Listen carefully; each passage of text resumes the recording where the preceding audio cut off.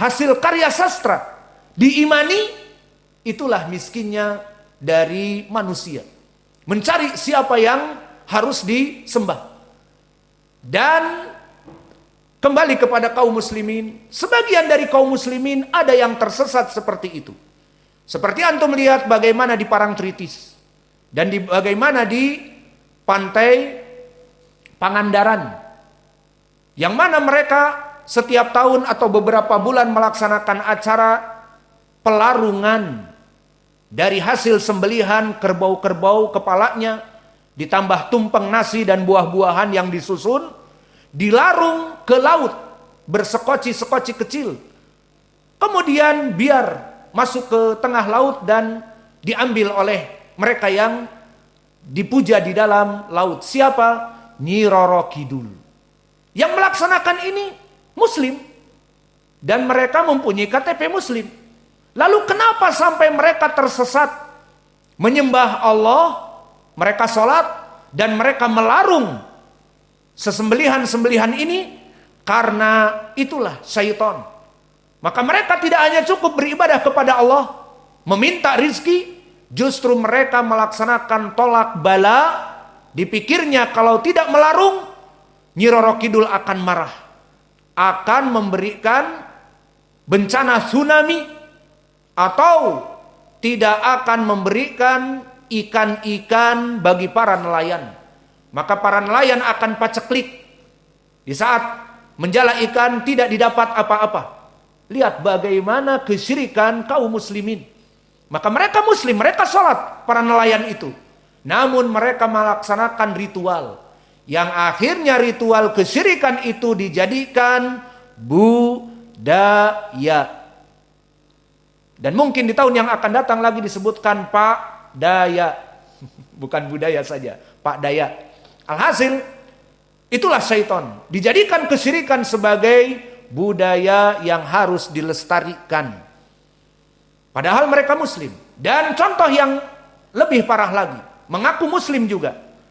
Di saat bulan-bulan yang ditentukan, orang ini melaksanakan sholat 5 waktu di sop yang pertama bahkan. Sholatnya getol, dan bahkan bulan puasa dia menginfakkan takjil, membeli kurma, dimakan di masjid dan sebagainya. Namun di saat ada orang di masjid, mungkin dari pengurus masjid ataupun ketua DKM, ayo Pak, kita menziarahi kuburan wali fulan, kuburan Habib fulan, yang mana kebetulan ada acara haul di daerah demikian dan demikian. Maka akhirnya berbondong-bondong menggunakan bis pariwisata dengan judul wisata religi, wisata keagamaan. Dipikirnya ibadah seperti umroh. Akhirnya datang ke kuburan yang terpencil, tidak ada listrik. Kemudian datang ke kuburan itu, dikatakan oleh kuncengnya, ini adalah kuburan Maulana Asy-Syaikh bla bla bla, kuburan Sayyid bla bla bla, kuburan Habib bla bla bla. Akhirnya apa? Mintalah kalian apa yang kalian inginkan, wali itu akan memberikan ijabah. Akhirnya ngalap barokah. Ada yang sholat di depannya 2 rakaat, ada yang berdoa manteng, berdoa sambil menangis, dan ada yang mengatakan, wahai wali fulan, wahai Habib fulan, sembuhkanlah istriku dari mandul. Aku menikah sudah 40 tahun tidak punya anak. Maka apa hubungannya wali ini dengan menyembuhkan istrinya yang mandul? Harusnya dia pergi ke dokter spesialis kandungan SGOT. Namun dia datang ke kuburan, ke wali yang kalau kita rujuk dulu wali itu, misalnya hidup di tahun 1800 bla bla bla, belum ada kedokteran Universitas Indonesia, belum ada fakultas kedokteran, maka bagaimana dia mengetahui kandungan? Dan apakah dia mempunyai USG, ultrasonografi di kuburannya, sehingga memeriksa istrinya kandungannya salah karena rahimnya terlalu kecil ataupun yang lainnya? Maka dari mana wali ini bisa mengobati istrinya? Dan apakah wali ini dulu kuliah di kedokteran? Tidak. Lalu kalau dia tidak kuliah di kedokteran dan dia mati dalam keadaan misalnya seorang ustadz dulunya orang soleh, maka bukan spesialis kandungan. Atau apakah di saat dia di kuburan kuliah di alam akhirah ataupun di alam barzah, masuk universitas alam barzah, UAB, University Alam Barzah, masuk fakultas kedokteran, jadi dokter spesialis. Kemudian dimintai, sembuhkan istri saya wahai Habib, wahai wali. Maka seperti itu keadaan yang ada. Dan ada yang pangkatnya Bunga Tanjung 3 kolonel, maka wahai Habib, wahai wali, berikanlah kepadaku bintang-bintang. Berikanlah jabatan kepadaku pangkat Jenderal 1, Brigjen, atau Maijen, atau Letjen, atau Jenderal bintang 4, atau bahkan Jenderal bintang 7. Alhasil, itulah keadaan kaum muslimin di zaman ini. Maka tidak cukup mereka beribadah kepada Allah. Apakah berdoa kepada Allah tidak diijabahi? Diijabahi. Bahkan kita katakan, mereka orang-orang yang tadi ngaku muslim, kemudian berdoa kepada wali yang sudah meninggal dengan istilah ngalap barokah, telah masuk kepada kesyirikan. Dari mana Ustadz? Awas, hati-hati. Sekarang kamu telah mengatakan orang itu keluar dari Islam. Dengar, ini bukan ucapan saya, ini ucapan Allah dan Rasulnya. Pertama, Allah telah memerintahkan semua orang untuk berdoa hanya kepada Allah. Kenapa? Karena doa itu ibadah. Tadi definisi ibadah apa? Ibadah definisinya apa-apa yang dicintai oleh Allah, diantaranya doa. Karena diperintah oleh Allah. Apa Allah berfirman? Ud'uni astajib lakum. Innalladzina yastakbiruna an ibadati sayadkhuluna jahannama dakhirin. Maka berdoalah wahai seluruh hambaku. Di Al-Quran ini ya.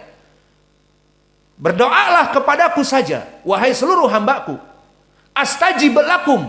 Aku, kata Allah, akan menjawab semua apa yang kalian inginkan. Maka tadi ada yang istrinya mandul 40 tahun, mungkin karena oversize atau obesity, terlalu gemuk, timbangannya 120, sampai ditimbang, timbangannya pun hancur, saking beratnya. Maka ujung bendul dalam semak, istriku mandul banyak lemak.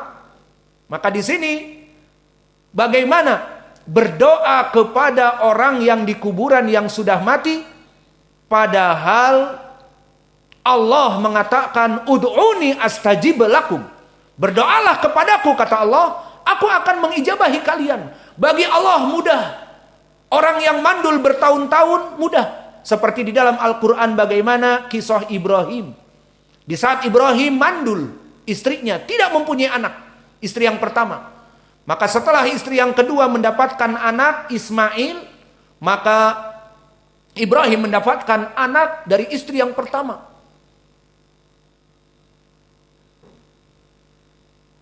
Dan begitupun permasalahan doa ini, perintah dari Allah, maka dia ibadah. Ud'uni astajib lakum. Berdoalah kepadaku, aku pasti akan memberikan ijabah. Tidak cukup ayat ini seperti itu. Setelah memerintahkan orang berdoa kepada Allah saja, juga Allah melarang dan menghinakan orang yang berdoa selain padanya. Apa di ayat yang setelahnya? Setelah Allah berkata, ud'uni astajib lakum, Allah berfirman, berdoalah kepadaku saja. Setelah itu Allah mengatakan, innalladzina yastakbiruna an ibadati. Maka orang-orang yang sombong, tidak mau berdoa kepadaku, dipikirnya doaku ini tidak mustajab. Innalladzina yastakbiruna an ibadati sayadkhuluna jahannama dakhirin. Akan dimasukkan kepada api neraka yang menghinakan di hari kiamat kelak. Bagi siapa? Orang-orang yang berdoa kepada selain Allah. Maka mereka orang-orang yang berdoa kepada wali-wali yang sudah meninggal, yang dipolesi dengan nama tadi wisata religi. Dipolesi dengan kita cinta kepada wali-wali Allah. Mereka wali Allah. Dulu waktu hidup mereka orang soleh. Yang ketiga dipoles dengan wali-waliullah itu mendengar apa yang kamu ucapkan. Ini juga kesyirikan. Orang-orang yang meninggal perlu diketahui hadis ini. Jangan diyakini orang-orang yang meninggal itu barik bapak kita, baik anak kita, baik tetangga kita, baik guru kita, baik orang soleh, wali-wali itu tidak mendengar apa yang kamu minta. Bahkan tidak bisa menjawab apa yang kamu inginkan. Bahkan dirinya tidak bisa menyelamatkan dari adab kubur jika diadab. Mana dalilnya? Hadis yang diriwayatkan oleh Imam Muslim dari Abi Hurairah. Inna ibna Adam idza mata inqata'a alaihi minas salatah ila bi ihda salatah minad dunya ila bi ihda salatah. Sesungguhnya orang yang meninggal, sekarang bapak kita meninggal, ibu kita meninggal, maka mereka tidak ada hubungan lagi kepada dunia kecuali 3 perkara saja. Pertama, amal jariah seperti yang menginfakkan biaya untuk masjid ini, atau untuk WC, atau untuk kebutuhan dakwah. Maka berjalan bertahun-tahun masjid ini orang sholat padanya, dan WC-nya ditempatkan untuk mandi, MCK, mengangkat hadas, berwudu dan sebagainya, terus mengalir pahalanya sampai dia meninggal mengalir. Ini yang pertama. Kedua, ilmu yang bermanfaat seperti dia dulunya pengajar seperti kami.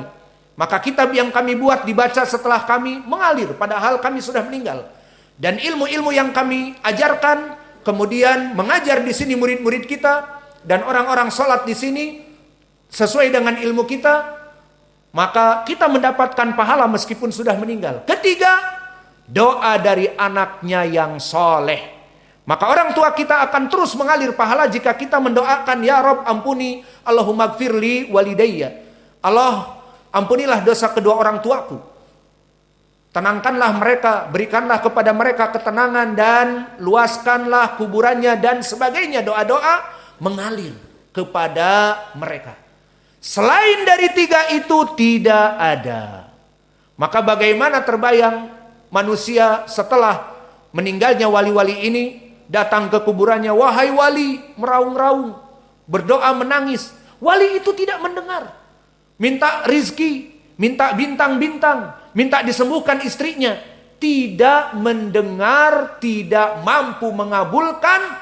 Bahkan kita tidak tahu wali itu dalam keadaan bagaimana.